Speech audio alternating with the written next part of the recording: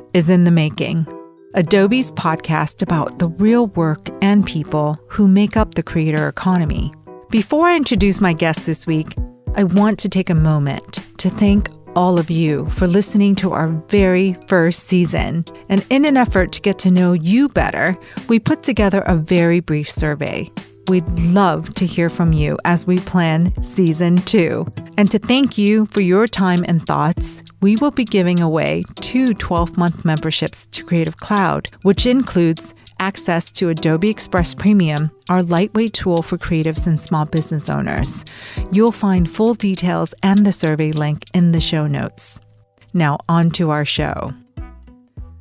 My special guest today is Aaron James Draplin, founder of DDC, Draplin Design Company. His clients range from indie rockers to car companies to the United States Postal Service. I mean, he designed a forever stamp. How cool is that? But he doesn't just have clients. He has fans like me and many others. His book, Pretty Much Everything, the beautifully laid out and hilarious survey of his work, inspiration, road stories, and so many lists, is in its 12th printing. I just picked up my copy 2 weeks ago and I can't put it down. Aaron is a cult favorite among designers, and it's not hard to see why. He's loud, he's friendly, he's authentic, he's enthusiastic, just like his signature bold lines and brightly colored illustration style. When he's not working from his backyard in gorgeous Portland, Oregon, he's out on the open road, giving talks and workshops about graphic design, typography, and illustration. He's an unofficial ambassador of design, inspiring us all to be more creative, more efficient, and more free. Welcome to In the Making, Aaron. I am incredibly humbled, grateful, excited, and happy that you're here. That might just be the best one I've ever been around, the intro, because usually it's some rat kid thinks he's NPR, but that was wonderful. Teresa, thank you. Hi. Hi. So let's jump right in. Many of our listeners are early in their careers or new in their careers, or maybe even just taking a leap into solopreneurship for the first time. So I want to ask you, what do you wish you had known when you first started going out on your own in 2004? You know, it's easy to look back now and say, well, if I just would have known this. And I don't really like to do that. It's more like, if you're doing it now, don't take this job and shove it Johnny Paycheck, and quit your job like some big jerk. Put a month in, put 3 weeks in, be a good citizen on your way out of your job. Unless they're horrible, then just run out of there, whatever. Guns blazing or whatever. But I think the larger thing is, and this was very natural for me, was it wasn't professional job, stop, freelance. They both kind of like a tectonic plate, you know what I mean? One overlapped the next, and it was about a year gradation where I took a year and I worked as much freelance as I could. While you had your day job, right? Oh, yeah. And that meant, I remember friends going out and courting, their significant others and things, or drinking or going outside and things, like people do. I worked a lot because I was preparing myself for this scary precipice. When I did finally go on my own, I had padding. I had enough rent for a couple years. This is the stuff my mom and dad taught me. You don't buy anything you can't afford. And you don't make big bets on sketchy things. You make little bets. So when I jumped out on my own, I was ready for it. That first year, I went from 65K to 200K. Why that's important? Because no one ever told me you'd be able to do that. Listen, it's a numbers game. I know what I have to pay for at that time. My mom taught me how to make a budget. So you have 1 foot in the pragmatic at all times, and then 1 foot in the go for it. You know what I mean? Like at all times, so I think what I would just tell anyone listening that's going to make that leap, be as strategic and as smart as, plan as much as you can, ask questions, be ready, have your tax stuff all squared away. And you can get that in an afternoon from someone and then go, but be ready. And then, take every single job that comes your way, the good, the bad, the ugly. Because it all adds up. I took the job, I learned, I learned, and it stacked up and it stacked up. If it was an ugly client and an ugly project and I was trying to get this ugly paycheck, I had to be beautiful with my emails, my output, my ability to talk them down from a ledge or keep it positive. That was all on me at that point. And it wasn't pretty all the time, but I know how to do that. I had a client 2 months ago and just reverse real quick or pivot or whatever they say. And I knew how to handle it. And they didn't even know how to handle me when I was like, well what do you mean you're not going to freak out on us? Get your little keisters in line. Let's get this done. We are out of scope.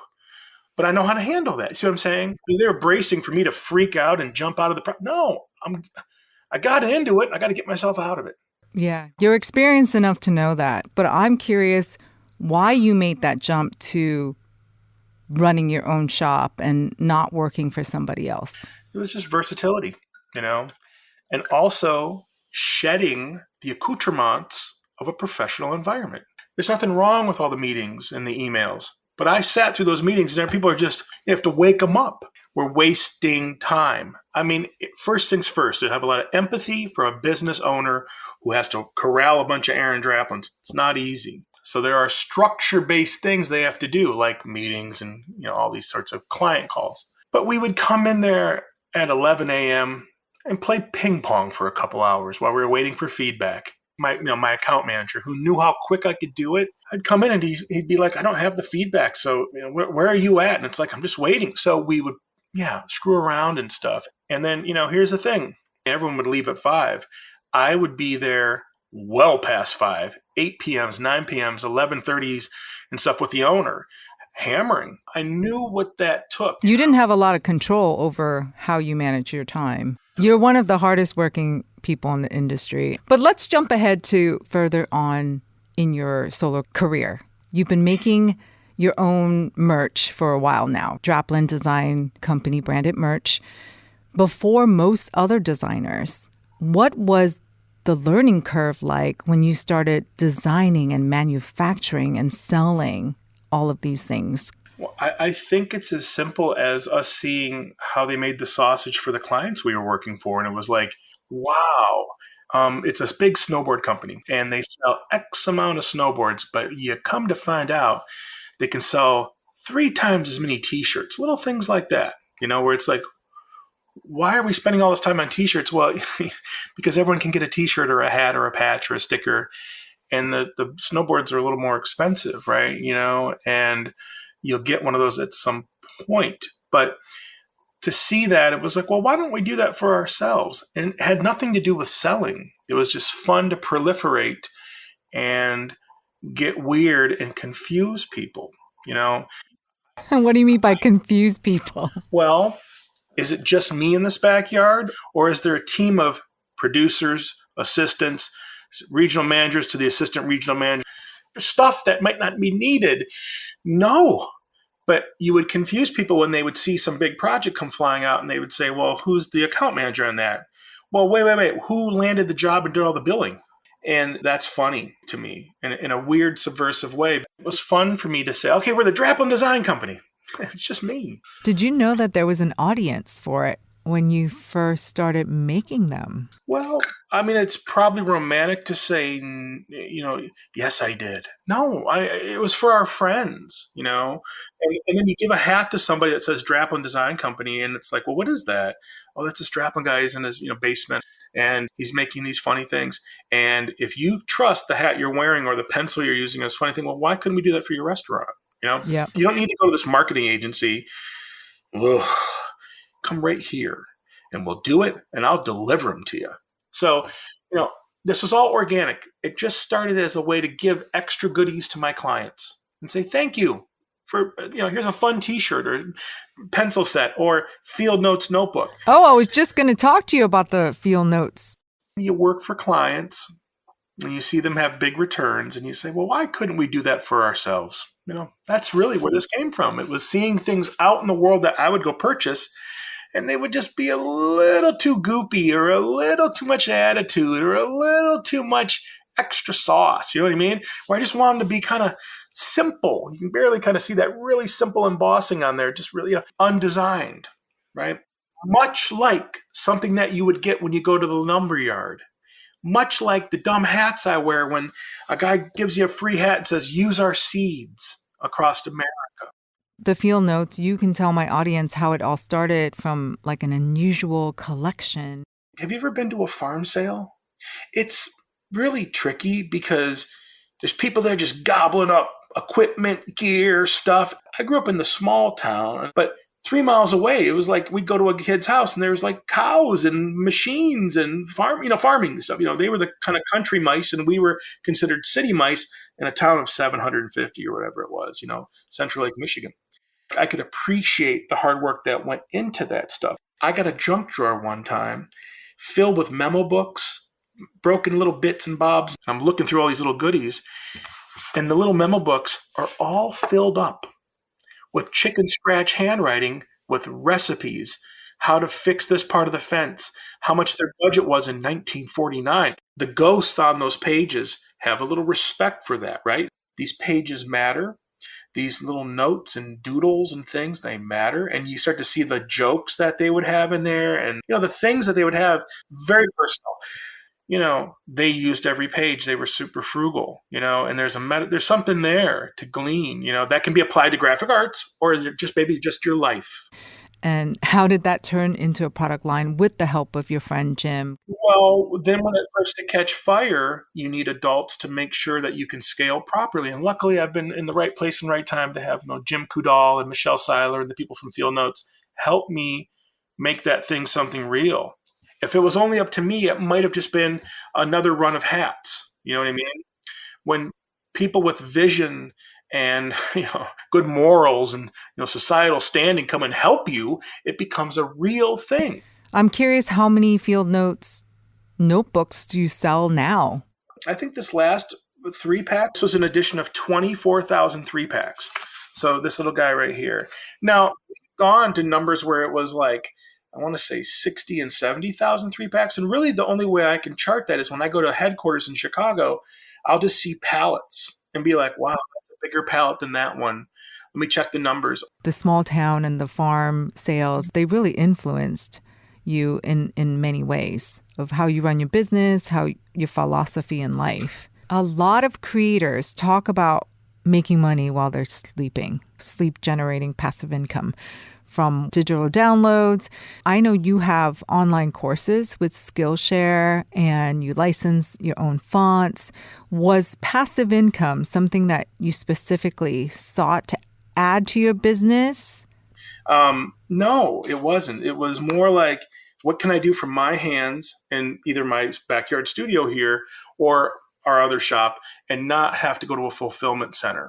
What no one talks about with the passive stuff is it isn't just something that you're in your sleep. That's not reality. Reality is someone can't get the thing downloaded. So you got to get up in the middle of the night and help them download that thing. No one else is going to do that. You see what I'm saying? It's like it's passive in some respects. And then you also have to handle when no one's interested in something. So this passive income stuff, it's real tricky business. If you're going to do that, keep it in the black. Don't be doing it in debt, because if it goes a little weird, you're losing even bigger. Yep. Well, you have a big career I think you have a big career in speaking, teaching, and building the DDC brand. Why do you still take on client work? Because it's got big zeros on the ends. Like if anyone tells you it's for their health, that's just bullshit, I love the honest. Well, when it has a bunch of zeros on it, it allows me to take care of my mom and my girl and all those around me. And I don't take that lightly. I don't need a big bank account. I got one. I'm okay. But I'll wear the hell out of this shirt. I'll wear it out, right? Because that's the sort of idea of how I operate. But those around me need something. My brother-in-law turned 40. I'm getting him a new laptop. I got him covered. Because if he has that tool and then he can get himself ahead, I don't want to live my life knowing I could have done that for him. See what I'm saying? Yeah. I take it very seriously when the big jobs come in because it allows me to do a lot of small things with it. Yeah, you're right. You got to be careful because they can be horrific people with, 1,000 emails and 1,000 meetings about meetings and times and bullshit and things that just stack up so someone can check off a box. I get in a lot of trouble because I'll just go, Teresa, can I just call you? get past all the other stuff and just do it. I so agree. That's not the way the world operates. We have to get the assistants and all the other stuff. Man, how many emails you got in your inbox? You know what I'm saying? I keep mine tight, because I got to keep moving. Yeah. Would you like to get to the point where, you don't have to do client work if you had enough zeros? I think I'm there. But what does that even mean? What happens when it's Chris Stapleton calling and it's going to be a big one? But I fell in love with his records. So you keep it as small as you can, even though it's a big, scary, hairy gorilla. You keep it small. And the way you do that is you just say, when you need it done, why do you need 10 days? I'll have it done tomorrow morning. So, if they could just be impatient enough to just call me and let's get it done, that defies all this gratuitous back and forthness out there. Yeah. Yeah. What do you get out of the client work besides the zeros? There is something fun about seeing people knowing they're in good hands, making their logo or making their record cover or making something, or let's just say charming them with like being quick, where hopefully that's charming and surprising and like they can really trust me with these, the turnaround, and a bang for the buck, like creatively, Oh, well, I'm sure they're not hiring you just for design. They're hiring you because you're you. You have such a great relationship with people and you know how to manage relationships really well. Well, that's also a little bit of a little sniff test, because here's the thing. I don't want to think I'm that much of a megalomaniac to think that they're going to hire me just to do Aaron Draplin. That's just not the case. Sometimes it is simply to bring their ideas to life. There's nothing wrong with any of that. Yeah. To me, the DDC look is very simple, powerful, unapologetic, right? What are the virtues of having such a distinctive design style versus being more style agnostic? Do you ever feel like doing something totally different? What about the things I've done that you've never seen, And that's like really weird, because there's projects that they are not orange, thick, big and hairy, whatever. None of that. What happens when you work for those things called, what do they call them? Females, softer forms, different colors, difference of sensibilities. Being a good designer is not just about dipping it in the dumb things I like. It's about being appropriate for what the project calls for. So, over the years, there have been things that have really nothing to do with me. I still got a paycheck out of that. What was appropriate for that project is really what pushed me, Now, what happens when someone's kind of, dare I say, struck by who you are, and they're like, well, just do Aaron Draplin. I'll be the first to say, that's not what you guys should be going for. We need to get your DNA figured out. Who are you with your competitors? Who are you with just the people you work with? How do we make sure that thing works this big and this big? And by the way, that's no different when you jump on a Delta Airlines flight. You know what I mean? If you study the napkin and you study the little thing that maybe does your coffee, it's all corporate branding principles and stuff. And that applies to everything. So when people will come in, I'll just kind of say, before we worry about if it's cool or not, is it functional? Does it work? Can it breathe when you need it to breathe? What happens when we make some awesome logo for Teresa Au and then it doesn't work on her little Instagram?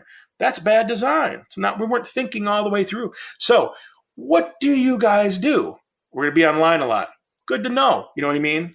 We're not even going to mess with that. We're going to make tote bags, things and stuff. All right. That sends me in a different direction, puts me in a different little headspace. So to answer that, it's like, I'm glad that you see what I do, but that's only the sort of caricature, of this kind of cartoon that this can become. When someone comes to me and could care less about that, and it happens an awful lot, you do the job, you arm them, and you get out. There's nothing to even show on my Instagram. I just did my job, I got out. That's the truth. So you're sort of an ambassador for the profession of design, I feel. What inspires you to drive your truck all around? You called the truck Gas Pig, which is awesome, around the U.S. giving talks. Well, there's paychecks involved too, what inspires me is just getting away with it. You make a book and then you're at the mercy of some marketing schlub who's never going to call you back. So we went and marketed it ourselves. And how far could we take it? I got a van, I painted it orange, and we took it on the road And the only thing Abrams did, thank you, they published the book. Fine. But when we went on that road, we made that money. That's what bands do. Same thing. And the best part, if I wanted to go do a talk or a something for nothing, I did. You can. Yeah. I did. And if I want to do it for lots of money, that funded the time you went to Dubuque, Iowa. See what I'm saying? No one needs to know the big from the little, from the small, from the lucrative. They need to know that I shook every single kid's hand everywhere I went. Even RISD, they were smart. Even those little gremlins at SVA under Debbie Millman there, that's the meanest crowd I've had. Man, you're going to get out of this school and you're going to have to go clip shoes and Beaverton and make Nikes like everybody else. Relax. And then, you come crashing all the way back down to some Votech I went to. Those were the most fun. Those kids were hungry. They said thank you. They were so cool, and they followed up with you. And I made friends. You know what I mean? Yeah. So. Speaking of the open road, you have a love of travel, specifically road trips, right? From your book, and I quote, "Nothing beats a road trip. The freedom, wanderlust, lowbrow chow, new faces, places, and spaces, all packed into 8 days across the nation. I imagine you get a ton of inspiration from being on the road. What kinds of things catch your eye?" First of all, not only do you see the fun shit you can go make graphic arts from, that you're inspired by, but you also see troubling things. You see people that have closed minds. I have to work on mine all the time. One time we were in Missouri somewhere, rural Missouri, and my buddy's wearing his CCCP shirt. It was some like Russian hockey logo or something, CCCP. And these good old boys sitting there, you want to explain that? Like suddenly it goes from, wow, we're just looking at all the fall colors and the old signs to like, are we going to get out of here? Like these guys, they've never left this place. Like that's what you run into out there. So you gotta be gentle, be quiet, ask questions, be respectful. You know what I mean? Like things like this, But to go, the romantic side is there is just a very American creepy thing about getting in a van and driving one way as far as you can. It's beautiful. And you see so many different dialects and you see, the landscape change, just like gradations, as you go through rock to green to whatever, to water, to what beautiful, like so much diversity. I mean, come on, you go to the redwoods and I just don't even have words for it. I know you learned a lot from your dad, being frugal and creative, how to engage with people, how to pack a car, how to do things right for the first time. Yes. Yeah. Right before we spoke today, I was reading about the section about your dad in your book, which is so wonderful. And I'm sorry for your loss, even after 10 years. I know you celebrate his life every day. My question is, what's something you've learned from him that still helps you today run your business? Don't take for granted Fong, our USPS guy. Yes, Fong, the United States Postal Service worker. Don't take for granted Ian with the cool hair. That's our UPS guy. When my dad is a tool salesman, what I saw him do, first of all, if you just think of like a tool shop, right? 10% up front are the offices. 90% in the back, they're making the parts that the offices got the job for. And in the 90%, that's where all these people are making the stuff that they sell in the 10%. My dad just showed me, Aaron, I get the job in the 10% up front. There's no reason to even go in the back. But he would spend 90% of the visit with the guys in the back. He knew the guy who maybe got in trouble, he had a thing around his ankle, no questions asked. My dad was as funny and cordial and caring about that guy as he was the scrub up front who no one even liked. The guy tucked in. What that taught me is you're just not above any of it. And I'll just say it right now. I got into graphic design and I saw people acting the part. They would snap their fingers at these scrubs in the back and it does not go over well. If I go back there, I'm going to be respectful of the guy who's actually printing the stuff. Yeah.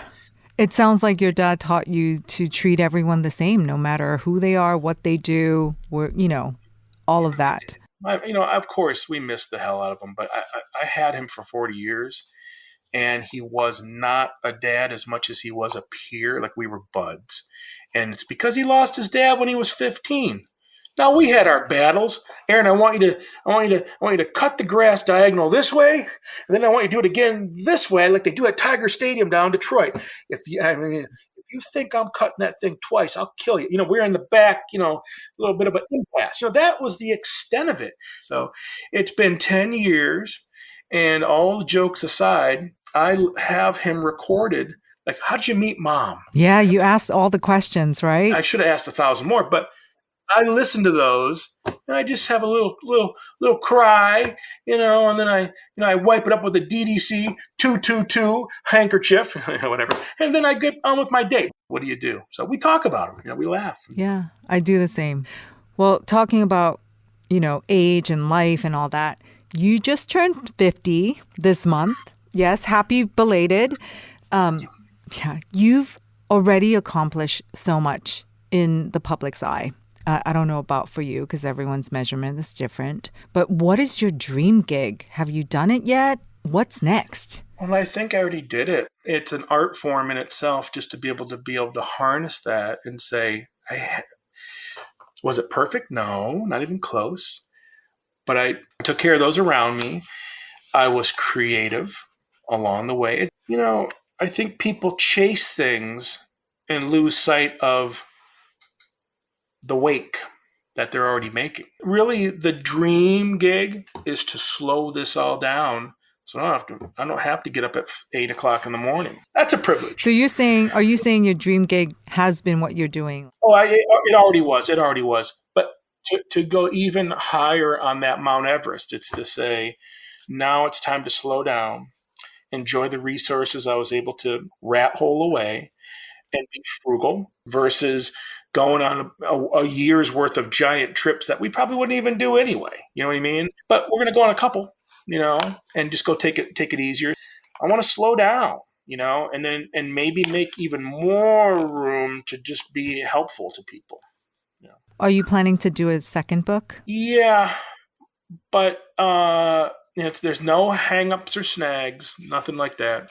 I have half of it mapped out, but do I do another compendium? I don't know if that's the answer. If you want to know about the tours, you can go back 3 years. The book has basically been on my Instagram, right? That's what you would get in the book. Instead, I think it's going to be, maybe it's just a big old how-to book. How to do it dirty. How to slow down and ramp up where you need to ramp up, and how to have a proper email to nip things in the bud, stuff like that. Like, it would be like, well, here's the things that worked for me. Here's the things that didn't work for me. Let's talk about those too. What if it wasn't about these publishers and then we could just give them all out? Like, if you have shoes on nicer than mine, you pay $24.99 for this thing. But if you're some scrub kid, just give me your address and cover the shipping and we got you. Like, that's something I've been kicking the tires on too. But, and I don't know. We'll see. Okay, my very last question for you. I know you love lists a lot. Usually I end with asking my guests to give me one word that is guiding them this year, but I'm going to ask you for a list of words, as many as you want. What words will inspire you in 2024? What words inspire me for 2024? Refinement, vulnerability, asking for help. Refinement as in getting better at the things. You don't need to go take on 17 things. You refine the things you already took on. Vulnerability. I need to ask for help from doctors and things and people who know how to do things, to get healthier, right? Downshifting, how to slow down and enjoy things so it's not so hectic. Go on hikes more, go do things more, or go record shop. And I got a whole wall of records here. You won't find one Maroon 5 on there, I'll tell you that right now. But it's on your list of hates, I know. Oh, my goodness. If you read that stuff, my apologies, because it gets pretty embarrassing in there. But that's a good spirited way to end this thing, just maybe less hate. Yeah, thank you so much, Aaron. I so appreciate you. Thank you for your time, and I hope I got it all covered for you. I will be forever grateful to the wonderful Aaron Draplin, for joining us today. And as you may have heard, he literally made me crack up and tear up at the same time. And we all got to learn so much about how he's been able to build his career on his own terms. Here are just some key takeaways. 1. Go slow. Whether you're going freelance or launching new products, go slow and make small bets. Minimize financial risks so you can enjoy your work. 2. What could you eliminate that feels like a waste of time? Aaron doesn't go in for excessive client meetings or long email chains. He is direct and to the point with every one of his clients. 3. As Aaron learned from his late father, appreciate everyone you work with and treat everyone with the same kindness and respect. People will remember you for that. This is In the Making, and I'm your host, Teresa Au. We want to hear from you as we wind down our first season, and we're giving away 2 12-month memberships to Creative Cloud to our podcast survey respondents. You'll find the link in our show notes. And follow us at Adobe Live on Instagram and YouTube to keep in touch between episodes, or email us at inthemaking@adobe.com with your feedback and suggestions. A very special thanks to Adobe Express and Creative Cloud for making this podcast possible. And thank you so much for listening.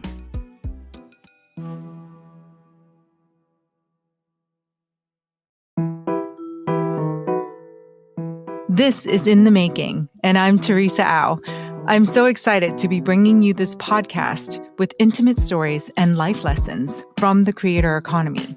On In the Making, you'll hear from content creators, communicators, marketers, designers, and the folks who do a little bit of everything, the slashies. Their stories will inspire you, and their hard-won lessons may be useful to you in your own journeys. So join me every 2 weeks for revealing and honest conversations where we get to find out together how these creators overcome the challenges of being small business owners and creatives at the same time.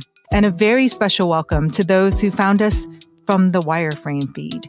Thanks so much for being here with us, and let's get started.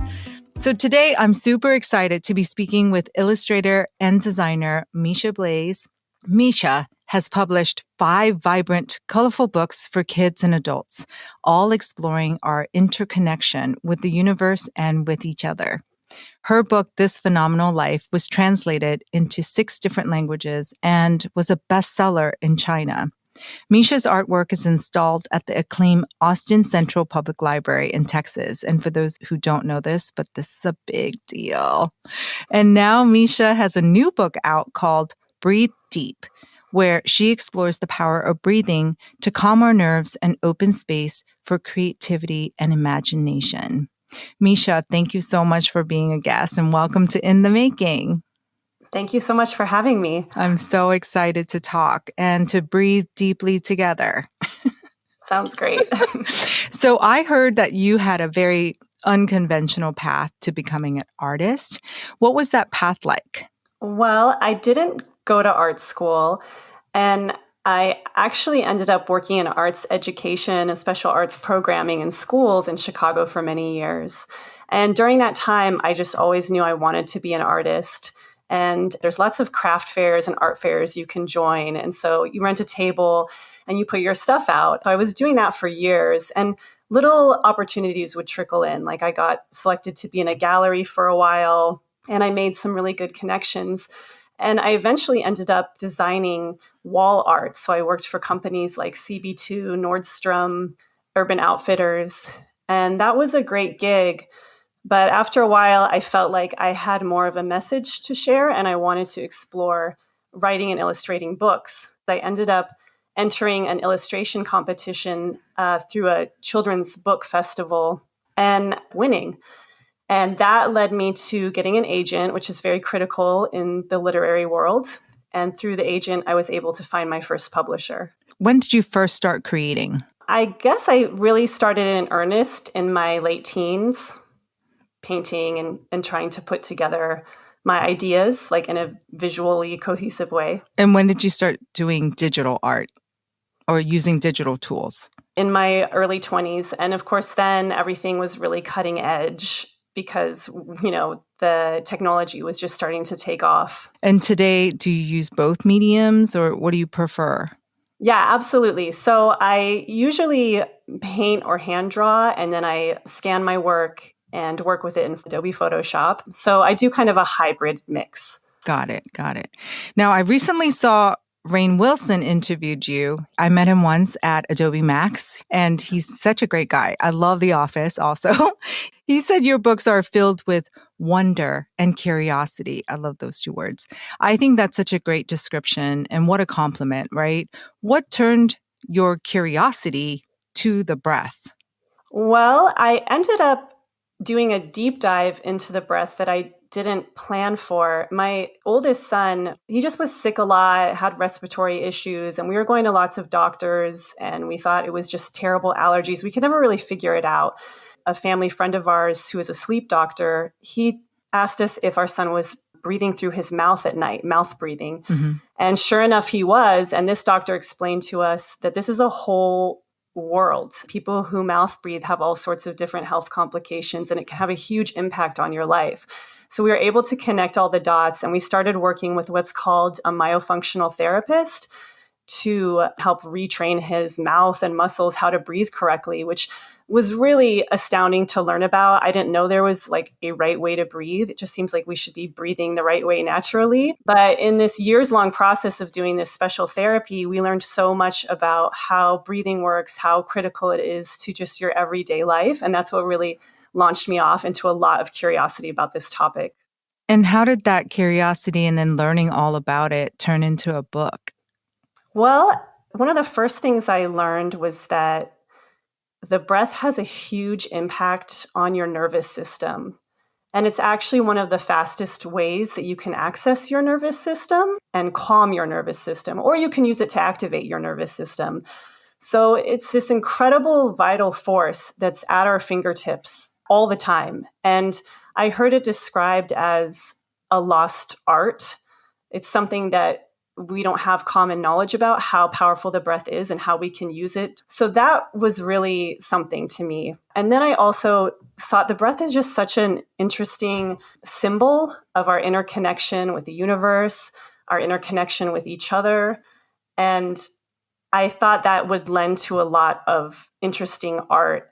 It certainly has. I know some of my favorite quotes from the book so far are like breathing connects your body, mind, and soul. Mm-hmm. In many languages, the word for breath is the same word used to describe life, soul, and spirit. I flipped all the way to the back and there was one that said, "We are leaves of one tree." And I love that illustration as well. Yeah, it's an amazing book. I think it's so important because when I'm nervous, when I'm scared, when I'm anxious, I find myself holding my breath. I'm not breathing at all. Yeah. Let's talk about the connection between breathing and creativity. Again, going back to the nervous system, you have these kind of two main modes that your nervous system can be in. And we're all familiar with this idea of fight or flight or rest and repair. Your brain and nervous system are always scanning the environment for cues of safety or cues of threat. And when you perceive that there's threat around you, it sets off a whole cascade of effects in your body. Your brain releases chemicals like cortisol and adrenaline that bathe every cell in your body. Your heartbeat speeds up, your breathing gets fast and shallow, your pupils dilate, your muscles constrict, like all these physical things happen. But what also happens is the activity switches to different regions of your brain, and it makes it harder to access creativity and imagination and play.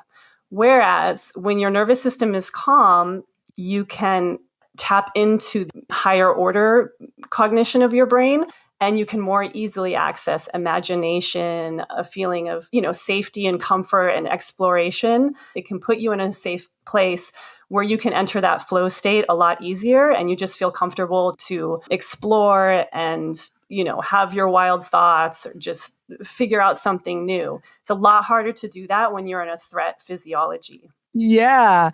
I love that you brought in the word play because it's all about having fun and we forget to play, when we become adults.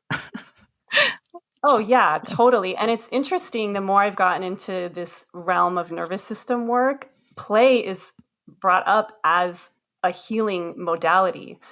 It's like you got to play. Like that's a space to be in where you just can relax. You can be yourself. You can let the cares of the world slip away. So, like, how can we find time in each of our day to play? Exactly. I so agree with you. So, Misha, can you show me and our listeners how to use your breath to get into a creative mindset? I'd love for all of us to experience it together and learn how to do it on our own. Sure. I'll teach you a really quick and really powerful technique that's from my book. It's called the physiological sigh. It's really easy. What you're going to do, you'll take a really strong, deep breath in through your nose. And then when you're at the top of the breath, you breathe in even more. Okay. And then you're going to take a really slow, long exhale. So let's try it. Okay. Ready, set, go. And then one more. And then really slow, long exhale. Purse your lips if you can. Let that exhale come out really long. And when you're letting that exhale out, it's actually slowing your heart rate. If you do this for a few rounds, the slowed down heart rate communicates to your brain that you're calm and you're safe. So you're actually going through your body to calm your mind. I mean, one approach we often take is if you're feeling stressed or anxious is like, telling your mind stuff through your thoughts, like, I'm okay, I'm okay. But when you do the physiological sigh, you're going through your body to tell your mind that you're okay and that you're calm. Holy cow. Okay, I do feel so much calmer. I'm not just saying that. The extra long exhale, really slowly through my mouth when you were saying that, it really, really did calm my body. Thank you. That was incredible. Another thing you talk about in the book is perfectionism, which I resonate so much with because growing up, I always thought I had to be perfect. And yeah, tell us how perfectionism affects creativity. I feel like there's just a plague of perfectionism in the culture. I didn't think I was a perfectionist until just a few years ago because I always thought perfectionism related to having a perfectly clean house, an organized schedule, and being really preoccupied with being a high achiever. And I was like none of those things. So I was like, oh, I'm just a chill person. But I realized that I had what is called existential perfectionism or moral perfectionism, which is that I really wanted the right answers and I wanted certainty and I wanted to do things the right way so that I was like a good person. Mm-hmm. And this longing for answers amidst uncertainty is great. Like, it's fine. But the truth is that life is a mess. Reality is endlessly complex. No one will ever understand everything. Things come together, things fall apart. And there's only so much we can get a grasp on or control in our life. And even those things might fall through our hands. So I think this is where nervous system work and breath work really helped me because they helped me realize that the creative spirit is one of just riding the highs and lows of life and finding humor and peace with the fact that life will always have some degree of complication and difficulty that's just built into the cosmic scheme of things. There's no final endpoint where everything's perfectly put together. But, along the way, how can you find pleasure and enjoyment and just surrender and let go? And the perfectionist energy is a very anxious energy. It's like the inner critic. It doesn't let you let go. Yeah. Yeah. So you've said that resisting perfectionism is a big theme in your life as an artist. What makes you say that? I think that perfectionism for an artist comes in the form of the inner critic. And it comes almost as, I mentioned, it's an anxious energy. It's almost like I think of it as a death energy. It's just this voice that's hovering over you that's like, you better do this right. And if you don't do it right, you're a loser, you're a failure, you might even die. And that's just no space to be making art out of or being creative. That energy of fear can drive you to do all sorts of things and to achieve really high goals. But do you want to be motivated in life by fear or by love? But there have been times when I've had that perfectionist critic hanging over me. It's times where I've been in more of an ideological mindset. For instance, when I was younger, of like, you better make the right thing that's like gives the right message to the world and like shows that you're good. And again, I just think that kills the art. For me, it's just not how I want to be in my creative space. So do you not really struggle with that now? My art actually hasn't been too plagued by perfectionism. I do feel like my art is a space of solace. I kind of like just getting into the groove. I like the kind of way I play with ideas and images.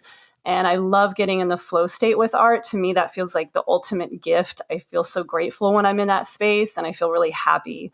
It's not that I don't struggle. It's just that I know what it is now. When I feel like I'm closed up and feeling kind of just like gross and uncomfortable and something's not right, then I'm like checking in with myself. And then I'm like, oh, I can have a conversation with my body. This is an interesting learning as well, is that the body's always communicating with us, but the body doesn't speak to us in words and language. It speaks to us in sensations. Mm-hmm. And so in learning about the sensations my body's speaking to me with, I can interact and have a conversation with them and use my skills like breath work or different nervous system calming techniques to kind of get back into a safer, more comfortable space and just feel like more like myself, my true self. We're all living in this image conscious time and everyone's promoting themselves or their work online. It's hard not to feel like you have to be perfect about your career. Yeah, of course. And I've struggled with that here and there because I've had some great successes in my career, but also like a lot of creators, it's not like I'm always getting work and my books are just bestsellers everywhere. Like sometimes things hit really well and I get these incredible opportunities and sometimes like nothing happens. And at those times, I feel like that's kind of the real spiritual practice of life, to where I'm like, what's really important to me in life? What really brings me pleasure and joy in each day? And how can I still find that pleasure if it's not attached to success? For me, I feel like I've gotten in a pretty good groove with that. I really value my time with my family. I really value time with my community. Like I have all these like kind of real life things going on all the time that are separate from how my, let's say, social media is doing. But certainly that comes with the territory of being a creator, is that there's not really necessarily a straight path for most of us and how to get our work out there. And so there's going to be those dry spells where you just don't even know, does the world even care about my art? And then that's the time where you really have to care about your own art and understand why you're making it for yourself. I talk to a lot of creators and I think that is a very important point. I was going to ask you next, why do you think people with the same career achievements have 100K followers and, 12K followers? I mean, that's the great mystery of the algorithm, right? I have no idea. If you figure it out, let me know. Is that important to you? The reason why it has been important to me in certain times is I feel like I want to get my work out there. Like I feel like I have work that many people will connect with. But then I just try and feel grateful for my small audience. And I get such incredible feedback from the people who do see my art. And so I feel really happy and gratified by that. And I really it's so out of my control. I actually had something go viral this week. It was really funny. It got like over 3 million views. This is like unheard of for me. Whoa. Wow. What was the post? His name's Anthony Vincent, wrote this hardcore metal song about how you don't want to get out of bed, you don't want to work out, but just get up and do something good for yourself, whatever it is, just get up and do something. And I made a little illustration to go with it. Aww. And it just went viral. Uh-huh. And so all these like comments and people were streaming in. And that's the first time I've had that experience. And even that experience, I was like, this is so weird. 3 million views? 3 million's a lot. 3 million's a lot. So did anything come from that going viral? Like, did you get maybe more followers? I mean, I got a bunch more followers. It's funny, now that I'm in the 3 million level, I mean, people are getting 50 million, it's all kind of relative. So yeah, I mean, it was a cool little experience. Mm-hmm, mm-hmm. And when your next post doesn't get the 3 million, how will you handle that inner critic that might come up and surface? I already felt brought back down to earth because I'm like, I'm sure my next post, will get like 10 views or like back to normal, So it's just like, while it's there, enjoy it. Yeah. And it's kind of just a little mysterious. Who's going to connect with my work? How's my work going to get out there?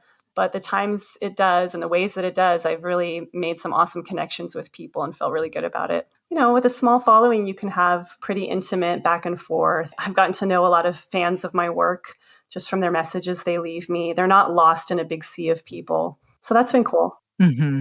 Having a smaller community that's more intimate than a massive following that you're not really connected with, I think it's so much more beneficial. That's just my opinion.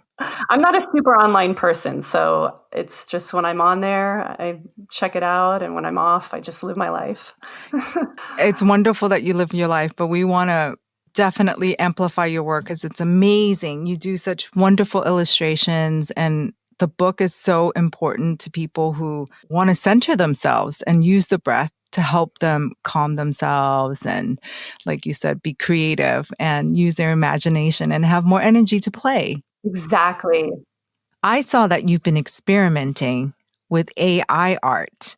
How are you using Gen AI now? And is it for experimentation, or is it going to be part of your workflow, or is it part of your workflow currently? Yeah, this is a big question facing all of us artists. I didn't realize AI was progressing so quickly. I was really shocked to find out. I was actually making fun of AI in a video I made. And then some friends messaged me and were like, hey, you should be checking out this other program. And once I got on there, I was like, oh my God, the future is here. I mean, the way it can imitate different art styles in the blink of an eye, it's astounding. And, I'm an illustrator. Even my new book, Breathe Deep, is illustrated. I use art as a way to explore topics in an exciting, whimsical way. And so as soon as I realized that, my illustration style might be able to be duplicated instantly by AI at some point, I started to wonder how I could get that to work for me. So I was like, hey, maybe I'll make a fast workflow and I'll rely more on my ideas for content and then have these interesting, crazy AI images to use as illustrations or something. I mean, I still don't know where my art is going to go with AI, but I am open to it in the future. I'm kind of the type of person, like I said, I'm trying to just ride the waves of life. So if AI is coming, there's no stopping it. I want to see how I can work with it and get it to work for me. Are there any fears you have right now about Gen AI? I don't feel scared. I mean, I'm making real life books. Who buys books? And, some people still do buy books. I do. Okay, great. But, so much has become digital and online. So even just that world of making books, I love doing it. But it may be that I go more online in the future. Whatever it is, I just have to respond to the market, the mood of the times. And either way, I'm going to keep making art. Before we wrap, what is one word that will guide you through the rest of 2023? Okay, so I do have a word, embodiment. I just think embodiment's what it's all about. How can you be in your body, learn to read and understand the sensations your body's telling you, just be in the present moment, feel with your senses, see what is in front of you, and find pleasure in your day-to-day life and the little small moments of life. That's just something that I've been thinking a lot about this year. I love it. I love it. Thank you so much for joining me today. It was such a great conversation. Yes, thank you for having me. I enjoyed being here. I hope you enjoyed my conversation with Misha Blaise today and that she's given you some tools and inspiration to calm your mind and to connect to your creativity. I had so many great takeaways, and here are just a few. 1, we live in a culture of perfectionism, and the inner critic feeds on fear and anxiety. Fear can drive you to achieve big goals, but it's a hard place to live. So ask yourself, do you really want to be motivated by fear or create from a place of love? 2, you can't be creative when your nervous system is in fight or flight mode. You need safety and relaxation to create. 3, you can use your breath to bypass all that brain chatter and relax your nervous system. Thoughts are powerful, but your breath is a direct line to calming your body. This is In the Making, and I'm Teresa Au. I'll be back with a new guest and new inspiration from the creator economy every 2 weeks. So please take a few seconds to subscribe to this podcast. And if you liked this episode, be sure to give us a rating and a review in your favorite podcast app. We're brand new, so we'd really appreciate it if you share the show with all your friends, family, and colleagues. Thank you so much for listening, and I'll see you in a fortnight.